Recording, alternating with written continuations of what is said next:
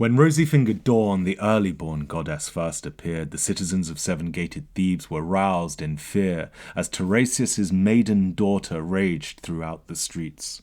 Just as a snow-white heifer, one prized for her beauty and kept for the gods alone, free from labour, free from service to the milkmaid, butcher's knife, and the father of the herd, but destined to be led in holy procession, horns adorned by crimson fillets, neck embraced by floral garlands, is freed from her pen by chance delict or by the grace of gods. Rampaging through the streets, lowing in distress, and wildly tossing the market stalls and awnings with her horns, she puts the nervous crowds to flight. Just so did Manto run throughout the streets, crying dire prophecies, instilling fear of war. O citizens of Thebes, hear me speak my truth. For many years I've served my Vatic parent, picturing for sightless eyes the signs made manifest by gods, yet never granted visions of my own until this morning. Then I slept, troubled by ill-boding dreams of such dark clarity that they must have come from immortal realms. I saw a gathered army, the second to be led from Argos against our seven-gated Thebes, the mighty forces of the sons of the Seven. First I saw Sthenelus, the son of Capaneus, as overweening as his father, leading 2,000 men, armed not with spears and swords but shovels. For just as the father scaled the walls of seven-gated Thebes, assailing the heavens until the lightning struck him down, so the son schemes to undermine the walls and assault on Hades town. I saw the son of Tydeus, Diomedes, and he leads 4,000 men. If he surpasses his father in ferocity as much as he does in height, then no town against which he marches can ever be safe, and no hero that duels against him victorious. I predict his song has only just begun. I saw Euryalus, Mecisteus' son. He leads 3,000 men. Though he was clothed in mist, his face obscure, still I foresee many campaigns waged, many voyages sailed to the furthest reaches of the earth by him.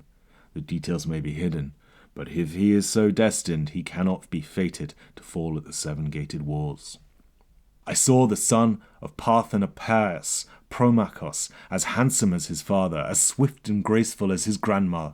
He leads 3,000 skin-clad wildmen of the Arcadian hills, and brings a violent force, a terror to surpass his beauty. I saw the sons of Amphiaraus, Amphilochus and Alcmaeon. Together they bring 4,000 men, but of the two, Alcmaeon leads the armies ranged against us. I saw Thesandros, son of Polynices. He leads no men of his own, but he gathered the army, its commander in all but name. I saw the son of drowned Hippomedon, Polydorus, bringing many gifts, 2,000 archers armed with fiery arrows, 2,000 engines, each equipped to hurl incendiary missiles, flaming bitumen.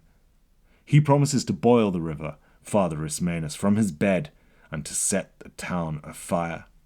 I saw Agelaus, Adrastus' son.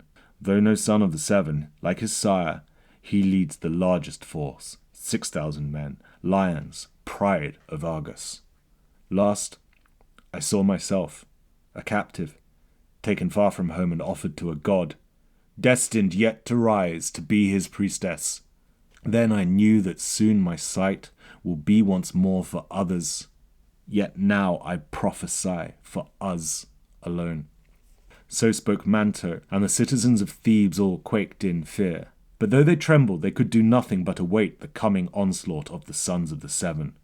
For on the seventh day their armies reached the town of Teumessian, where they settled for the night. But godlike Alcmaeon summoned Diomedes, saying, "Son of Tydeus, darkness wreathes our camp, and we must sleep in hostile, unfamiliar terrain. Who knows what enemy may assault our camp as we lie unawares? So venture into the night, survey the neighbouring lands, report back news of what you find, the signs of men or other creatures, whether hostile or friendly. Don't reveal yourself, don't incite the enemy's attack, survey the land unseen." Diomedes, son of Tydeus, donned a boarskin cap and linen thorax, took his spear and ventured out. Then, climbing over a rocky peak, he gazed upon a terrible sight, a leaping fox of monstrous size, pursued by a single hound. Both were running straight at him. Seeking cover behind a rock, preparing an ambush, Diomedes readied his spear. By now he thought the fleeing beast and its pursuer would be upon him, but they remained as shadows of the night, unmoved. He peered out from the rock to check their course, to reassess his spear throw, but he saw the same two figures as distant as before. Again he spied and saw, to his amazement, that they were frozen still. Then, leaving his ambush, he approached the monstrous pair, discovering them to be made of stone. Twice the height of any man, they stood as statues, a marvel to behold, hewn by no mortal art. But the son of Tydeus saw a man, unarmed and wandering alone. He took him captive, promising his freedom if he would identify the sculptor, explain the reason why the statues had been dedicated there upon the plain. Did they mark a cultic site or battleground? And was the land propitious or ill-omened? And for whom? Attacker or besieged? The captive wretch denied the statues had been wrought by human hand, nor placed there by design. When Diomedes asked him to explain, the prisoner thus replied, "It was during Oedipus's reign. The monstrous riddler had been banished from the land, but some god, whose anger remains a cause unknown to men, sent another beast to be a scourge upon these lands, a vixen, a ravager of crops and men, destined by divine decree never to be caught. To sate the monster's hunger, ward her from the seven-gated town, the citizens of Thebes would dedicate a newborn child each month. For 20 years, 240 mothers' heartbreaks she remained. Another curse upon these lands, until Cephalus, seeking absolution for his crimes, arrived. For he had slain his queenly wife Procris with his infallible spear, as she crept upon him. She, mistaking him for a faithless spouse, he, her for a foe. How her father cursed his murderous son-in-law, banishing him from Attica. Now, an exiled beggar, haunted by his crime, he came to Thebes. Long before such time, Procris had gifted Cephalus 2 gifts, a spear that never missed its mark, and a hound that never failed to catch its prey, Lailaps. Having killed his wife with the one, Cephalus took the dog to be his exile's sole companion. There, at Thebes, he begged Creon for absolution, and was granted it, on one condition, that he should rid the country of that hellish beast, the uncatchable scourge of Thebes. Thus Cephalus departed for the hunt, but took with him no pack of dogs or bands of huntsmen, but Lailaps, the best of hounds, alone.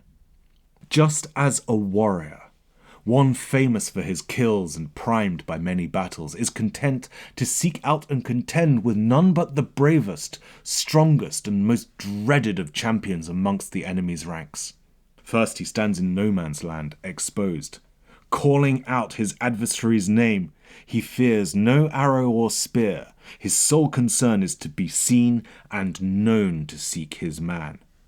He weaves throughout the battle throng, palming lesser men aside, neglecting easy kills and scorning gifted plunder. He has no interest in such trivial concerns, is focused on the fame he'll win by dueling with the best. His prize?